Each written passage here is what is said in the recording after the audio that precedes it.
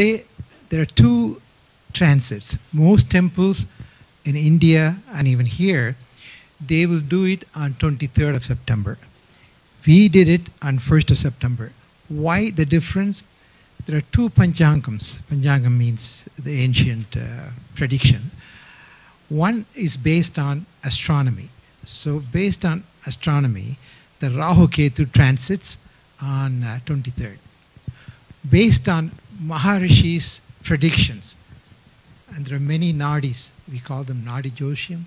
They're written 5,000, 10,000 years ago. These Maharishis felt us, each soul of us. They write about us that many years ago. And astrologer, Nadi, they call them Nadi. Brihu Samhita, that's the ancient writing. There, they will refer to us, each one of us. And they have done predictions long ago. Out of that love, they write it. And it's written in palm leaves and various ancient methodology. So we follow that. It's called Rishi Panchangam, Maharishi Panchangam.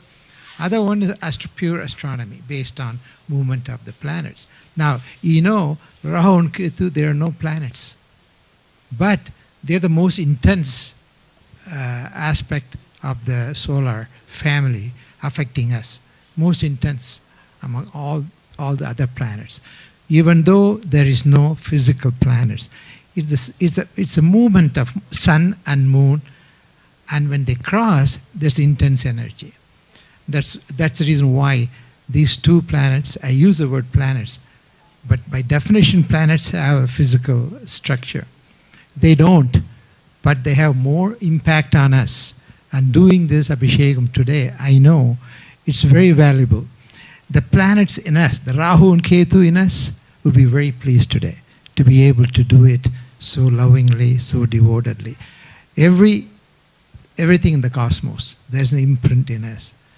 And of course, the planets have the most imprint because they are solid organs. But in the beginning, 5 billion years, 4.5 billion years ago, they were just gaseous things which came out of Big Bang 14 billions of years ago. Say when they come to this solar system, the sun was the largest. The sun had largest, it's about 13.5 times as big as Earth. So it has that much energy, it has capturing. So it captured the planets in our family. So we belong to this solar family.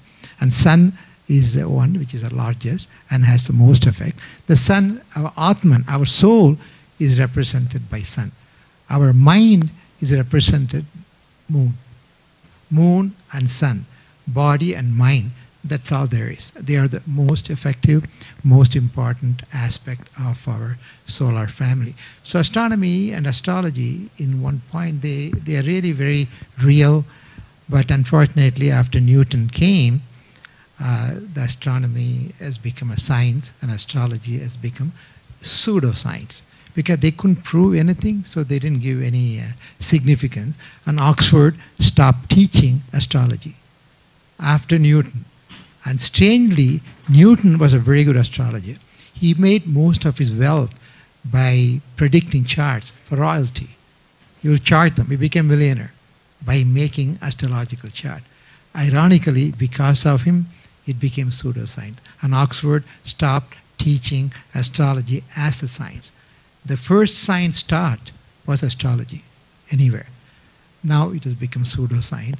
And the man who believed in it, who was an expert in making chart, astrological chart, he made it pseudoscience. But to me, the most scientific aspect of cosmos is astrology because this cloud came from Big Bang, solidified, and they are in us.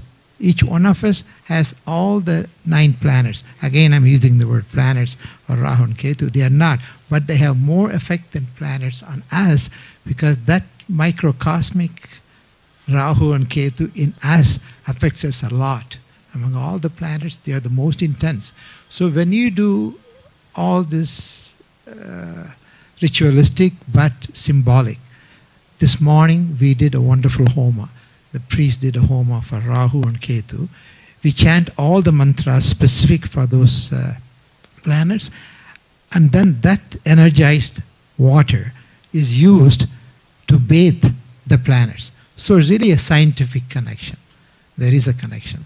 That water, which is energized with mantras, is used to bathe them. So naturally, that energy should be very pleased.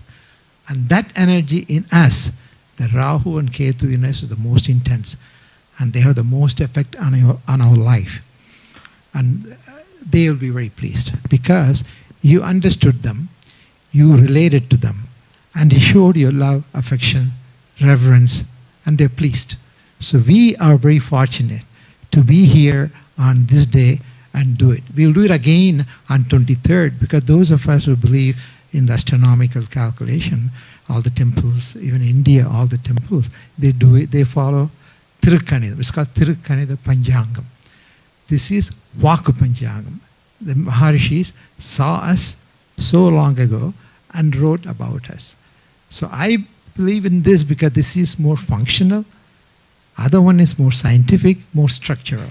I'm more interested in what they're going to do to me or do to you. The effect of them is more important. Like a physiology and anatomy, this is physiology. The one we follow, Rishi Panchangam, Maharishi Panchangam, the Nadi Josiam, they're all connected to that. And that is predictions by Maharishis. There is Agastya Maharishi behind him, wonderful Maharishi. Next to him is Lobamutra, great Maharishi. There are many women Maharishis, wonderful Maharishis. So Agastya is very, very actively present here. There's Agastya Nadi. I have done that. That means what he wrote about me specifically, I had the opportunity to listen to it. Agastya Nadi. There are many Nadi, Meenakshi Nadi, which is very important for us. Because the prediction about the temple came through Mother Meenakshi. There, Ganesha asks Mother Meenakshi, tell me the story of the soul. And Mother Meenakshi answers him. That is each one of us. You go there, you show your astrological chart, they make a chart for you, and the soul is identified. And Mother Meenakshi tells Ganesha, this is the story of this soul in this life. There would have been 100,000, maybe 500,000 lifetimes, 840,000 lifetimes is an average, is the number of lifetime, almost million lifetime.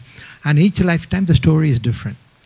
And this lifetime, I had the opportunity to listen to my story. You can also have an opportunity to listen to your story.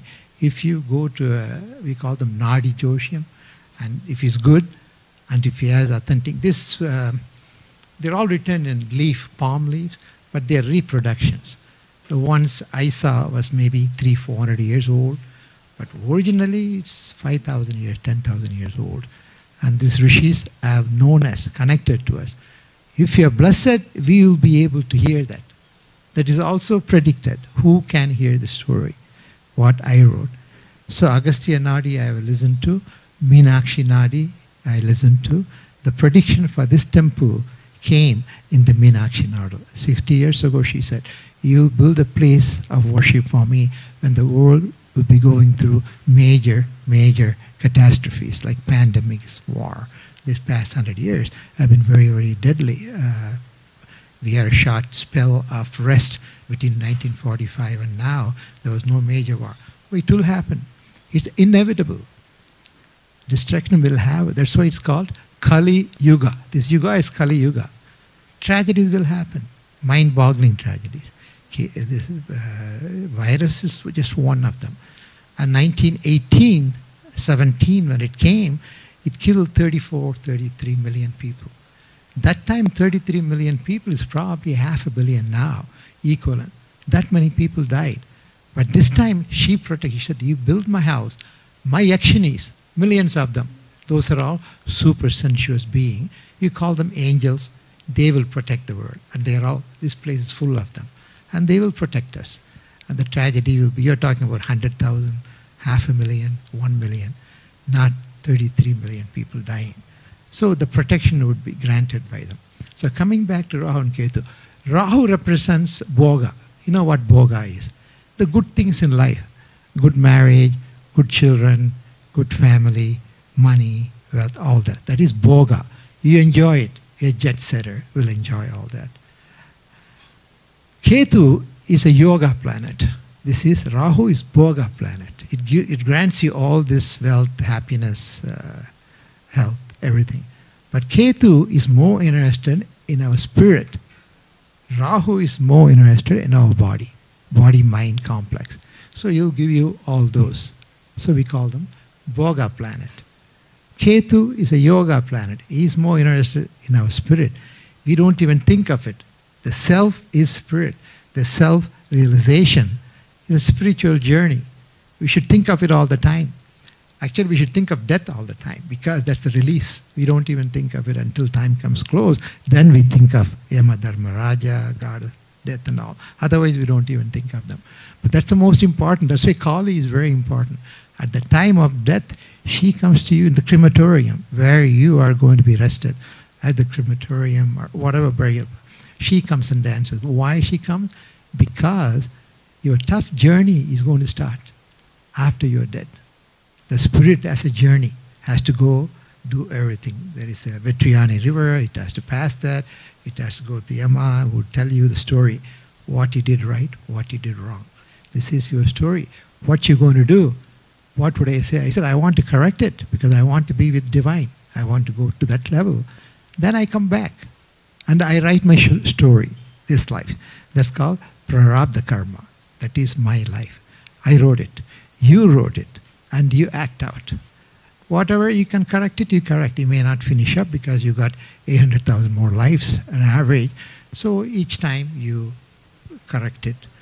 And sometimes you gain some papa, meaning sins. And then you correct it. Basically, it's a journey. You journeyed. And no time problem. That's what mother tells me. Don't rush. You got almost a million years. Why do you want to rush? Take your time, but do the right thing. And our tradition teaches us that Ashtanga, Patanjali Rishi wrote Ashtanga Yoga, the 8 steps which you go through to purify yourself. Ultimately, the purification process. You purified yourself. All the kama, krodha, lobha, moha, mata, matsarya, these are all evil.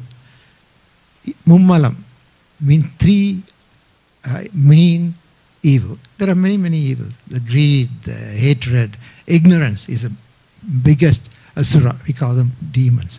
The biggest one would be asura, would be the ignorance. Because the minute we are born, we really don't know who we are. We think, I think I'm so-and-so, I'm a physician, this and that. But that is not me. That's a carrier of me. And real me, we don't even think of. But we should think of it. Kethu does that for you. He leads you to spiritual journey, make you think of self, Atman, realization. Once you do them, then your real journey starts. Other things, money, wealth, fame, glory, health, and all, is only for 100 years maybe, if I'm lucky, or 80 years. After that, my story is over. But I have a bigger journey to travel. I need that many lifetimes, 840,000 lifetimes, that's almost a million. Krishna Bhagavan tells Arjuna, that many times I have known you. You don't remember any of it. You know yourself as Arjuna, but I know you in 800,000 times. I have seen you, you followed me, but you forgot all that. You remember you only as Arjuna. And then he shows his Swarupa, then only Arjuna believed. And Bhagavad Gita came from the teaching. At that time of the battle, he gives all the truths, all the fundamental truths and everything. Kethu Bhagavan gives you that wisdom to know that. Rahu gives you wealth, family, children. What does it do? It's good to have it. But it ties you down here with this body-mind complex. But I'm not this, I'm beyond that. But that thought doesn't come to me. What comes to me is my mind, my body, my wealth, all this Rahu aspect. And we need that too. We want all that, wealth, health, happiness. And the Rahu Bhagavan grants it. It's a Bhoga planet, so you want to please him. Kethu is more interested in the spiritual aspect of it. And is it oxymoronic? In other words, can you have yoga and Bhoga? Mother said, yes. In this temple, I want them to enjoy life. Life as you know, the short-term rental, 80 years, 100 years, whatever. I want you people to enjoy that. But don't forget the end point. You have a purpose. You're journeying. Don't forget the end point of a journey. You come for the purpose. Think of that. What do? Do the nicest things. Love, affection, generosity, compassion, giving all the nicest things a human can think of. Another life form, not just another human. Any life form. Be kind, be compassionate. All those good things you do, the soul is pleased. And Kethu would grant you that wisdom. Don't just think of mind, body, and you, your family. No. You, your family, your nation is only a small aspect. You are bigger than that. You are the Atman. The whole universe is your family. All the life forms are your family, not only humans. Any life form is me. I am present in any life form as that life. You call it soul, Atman, spirit, whatever. Divine is present in that. So treat everyone as me. So Mother asked, one of the angels asked me once when I was doing meditation, you're doing all that, what can you really do? What does she need from you? My answer was, I want to experience you and introduce you to humanity. So everyone will know you. They can explore and experience. Very deep statement. Explore and experience means you are exploring the highest vibrational energy, the highest one, million. In that Sannidhana we have Mahamaya, the first one. Pure consciousness, that's all. There's nothing more. But pure, all-encompassing, non-dual. It's only one. The rest of it always dual. Male, female, good, bad, happiness, unhappiness. Everything is duality. That one, no. Mahamaya is only one. And that Sannidhanam, she is there as Mahamari or Mahamaya, which is pure consciousness. So you go and worship her, invoke her, and make her in you. She's present in you, in your soul, Atman. When that wakes up, then you become wise. The word is Gnosis, Gnosis, Greek term.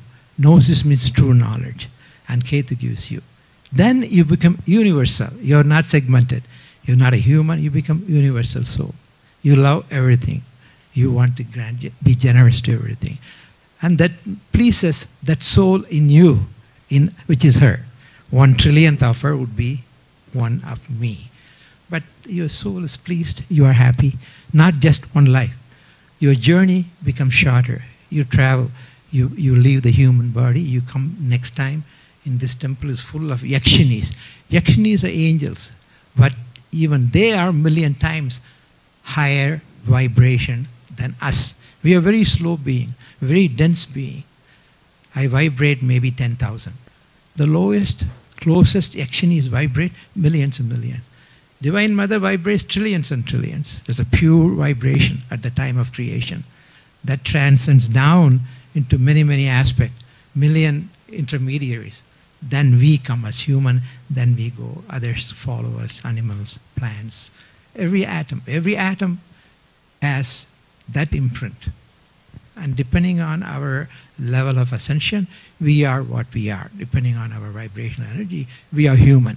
So we are the highest. In this planet, there are other places, there are higher beings. They'll be pure vibrational, much, much higher. They won't have the mind, body, intellect complex. They're pure vibrational. They'll be different. They would not look at us. They may not be hydrogen, oxygen, nitrogen compounds. They may be silicon. They may be something else. But it won't be in Earth. Because in Earth we need those things. So it's very, very scientific concepts. And our aim is to be them, to go into that angelical world, then keep moving to higher levels, to devatas. You see all of them. This place she has given us all herself. There's 520 aspects of her. In pure granite she wanted to be carved and mantras said. So when you people come here, we people come, we can connect to them. And each one of them is very profound symbolic meaning. They may look very cruel to you, but they are very, very symbolic, meaningful. The Vedas are very, very scientific. But you have to understand the rituals. Today what we did, we took that energized holy water and we bathed. So that simple act shows what we did this morning is very meaningful. We sat there, we had a homa, fire, Agni is intermediary. And that Devata, Swaha, so we say Swaha. She's a Devata. She carries our love, our message to the higher being. So in Homa, we always do something and say Swaha. So we are invoking Swaha Devi to carry our message in front of Agni. So all this are ritualistic, but they're meaningful. There is basis behind it. And if you know it, if you're fortunate enough to do it, you do it. If you don't know it, in one lifetime, you would know it. She would take you. If not now, maybe 100,000 years from now, or million years from now, or maybe next time, depending on us. But us, we are blessed ones because we are here. She invited us. She taught us all this mystical knowledge. So she must love us and give us this wisdom, this knowledge, and this date, identify the date, identify what mantras. We said many mantras this morning and again this evening. All the mystical knowledge. Who starts the journey? Ganesha. Because, as I said, the biggest demon is ignorance of ourselves.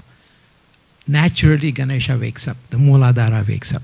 So if you're human, your Mooladhara is active. Otherwise, you won't be human. You'll be animal and that Kundalini would be active. But for human, Mooladhara has to be active. Who is the Lord for that? Is Ganesha. What is Ganesha? It's pure symbolic form of wisdom. He gives you the primal wisdom, who you are, where you came from, where are you going to go. These are fundamental questions. How often we think of that? I identify myself with my name, my profession, my family, which is so restrictive. I am enslaved at the time of birth, and I perpetuate that whole life. But the truth is not that. We are one happy family, Vasudeva Kudumba. See, our rishis have found beautiful terms to describe us. We're all connected in that level, not only with human, any life forms. Any Atman is very blessed, very precious. So you do whatever you can, not just human, animals, anything, even plants. There are some plants here. They have their own life. They have certain mystical energy. There's a man who came and planted one here. He's an authority, David Millard. David Millard. He has been in television now. He's a mystic. He goes all over the world, collects those holy planets.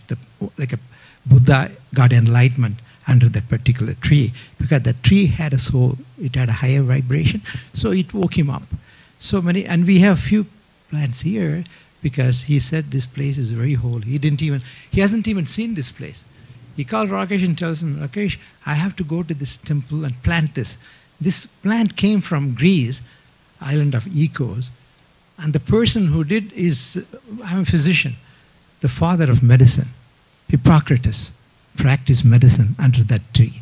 And he brings that tree from Greece and plants it here. All this, no human can even think or even fathom these things. Only Divine Mother can do. And because it is her house, she gives us all the secrets. And I was there in Agastya Maharishi's place in Himalaya. There's a city called Agastya Muni. Not even this yuga, that means 500,000 years ago. Tirtha Yuga, it was built. And they say humans are 120,000, 150,000. No, we have lived much longer than that. Humanoids, you may have a little different, but we are Cro-Magnons. Cro-Magnons truly are only 130,000, 140,000. That's a slight modification. But humanoids lived for 4 million years as humanoid. Slight variation. But genetically, we are Cro-Magnon, only 120,000. But that's genetics. But we lived, we evolved. And Agastya, that place is called Agastya Muni. There are 100,000 people in that city, in Himalayas, 10,000 feet higher. Mother identified. You go there, you meditate on him, and the temple is gone, and they rebuilt it. I could see it's built different yuga. I could even see the water marks. That means that place in the Himalayas was under the ocean.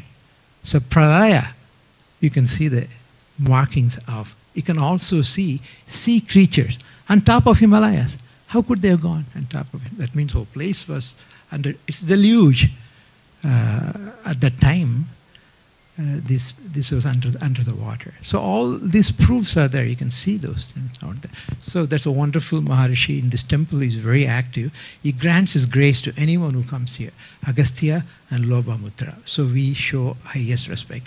Next to him is Vashishta. They're all called Brahma Rishis, Raja Rishis. They're considered as sons of Brahma. What it means is they're the mental emanation from the Creator, whoever the Creator was. Mental emanation of them. Agastya was one of them. Agastya Maharishi, Vasishta, Viswamitra. So we have all of them. And Mother says, bring them. And then you go there and meditate in the place where they meditated long ago. Not even Kali, this Yuga. Many thousands, 100,000, 200,000. Different Yuga. Kali Yuga started 5,000 years ago. Average Yuga, last Yuga would have been 200,000, before that with 300,000. That means that many times humanoids existed, different form, actually higher form. The first Yuga, pure Yuga, the beings are very pure. When you purify yourself, the devatas come inside, or devatas in us wake up. So you become a higher being. Consciously, your vibration goes up. You become high vibratory being. In a human form, you can go from 8,000 to 10,000 using arbitrary figure, maybe 11,000 vibration. Like I said, the closest Yakshini will have millions and millions of vibration, and Divine Mother will be a trillion of vibration. So this is science. Quantum physics explains us. Everything which exists is vibrational. Without that, it won't exist, as we are. So we are higher vibration, 10,000. A stone would be one vibration. So we evolve. Stone evolves, but it takes probably a million years. So you don't even see the movement.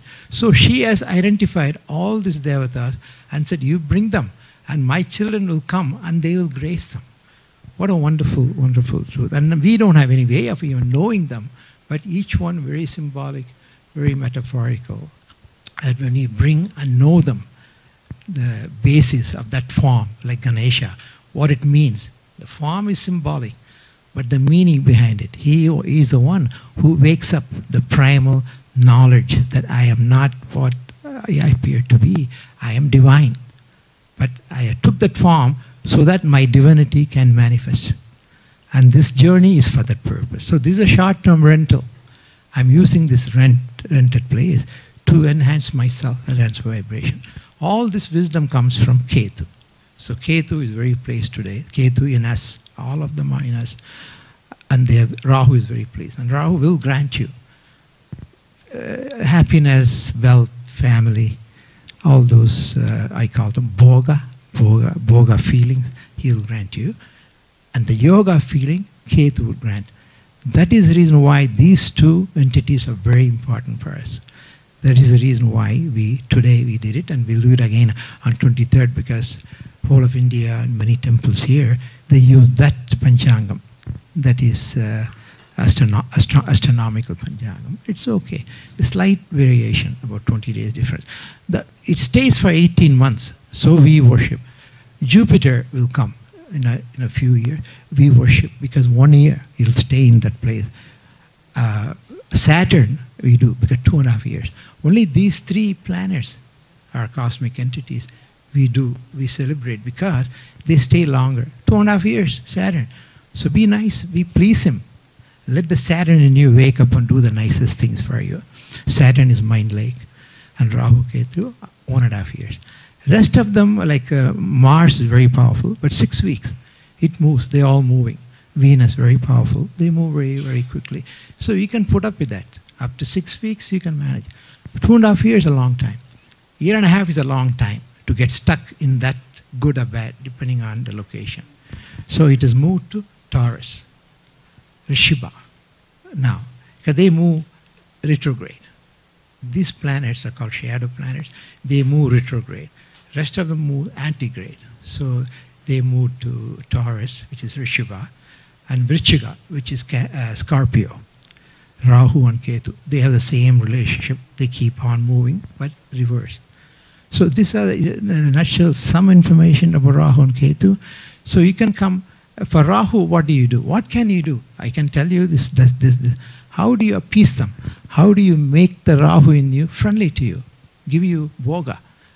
Come to the temple, and on Tuesday, today is Tuesday, at 4 p.m. we do Durga Abhishekam. Durga is Adidevata for Rahu. Ganesha is Adidevata for Kethu. So Fridays we do for her. So on those days, you come and stand in front and think of all this I said, and show your affection, your reverence, your knowledge, and your connection. So they are pleased. So there is a scientific base why, and do it in a place so you can come and please them. And Hanumanji, remember, he has a great control on Rahu. So you will, if you please Hanuman and worship him and say the mantras, whatever to please Hanuman, would help controlling Rahu. And Durga will control, or Kali, Mahamari will control Kethu. So there are ways you can come on those days, appease them, please them, do a prayer, do abhishekam or archana, whatever you can. But think of them on those days. So they control. On Fridays, you do for Kethu. On Tuesday, you do for Rahu. Again, there's a basis. It's not a superstitious act. I know that day and that deity would control him and please me. So Hanuman controls both of them. So when we do Thursday, we do Hanuman Chalisa here. Thursday. Come on Thursday evening and chant the Hanuman mantra. He controls both. And again, there's a mythological basis. Even the Rahu and Kethu story is, he was an asura, demon, at the time of creation when there was nothing but just Akasha. And both Devas, angels and asuras churn, there's mythology, churned that ocean of milk, which is cosmic energy, and created all the planets, Mahalakshmi, many nice things came out of the thing. One of them is elixir of life, Amrita. If you take it, there's no death. You will exist forever. So the story is both Asuras and Devas. Only one time they cooperated. They never cooperate. They're always antagonistic. Happiness and happiness, good and bad, evil and divine. So it's opposite poles. But they also have the purpose. Without Asuras, without demons, there are no angels. So mother has to create both of them. And we act. My story I wrote, I need that, enemies and friends. So I act out my part. I do need demons. I do need the angels. The demon would be ignorance, all the bad character in us, Kama, Krodha, Mosha, all the negative energies in us are Asuras. A nicest one would be love, affection, wisdom, knowledge, compassion, forgiveness. All those would be angels.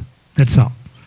But they have their own energy. Trillion times, million times of that emotion becomes real, a form, which I worship and I want to invite them. But we also know the asuras, the demons are needed. Without that, I don't have a chance to evolve. I need challenge to evolve. Otherwise, what's the purpose of me being here? If I know everything at the birth and do everything right, there's no purpose. I need challenges. I need time to evolve. I need to know the demons. I need to know the angels. I need to develop the relationship. Kartikeya is a classic example. How he defeated the highest demon and they all served him. They became his vehicle. That's what Mother wants us to do. Face your demon, acknowledge them, know them and control them and make them angelical. Make the hate into love. Can you do that? I guess it is possible if you know all these facts and with the knowledge of Ganesha and with the knowledge of Rahu and Kethu and the effect, we can do them. That will be wonderful. Take the demon and make them into angel. Can you imagine what a challenge would that be? But you can do them. Even hatred, you can make it angelical. How do you make hatred angelical? Mother told me, direct it in the right place. When you see an injustice, develop the energy to stop it. You may have to punish them. Thank you and good luck. Hope you get all the best from Rahu and Kethu.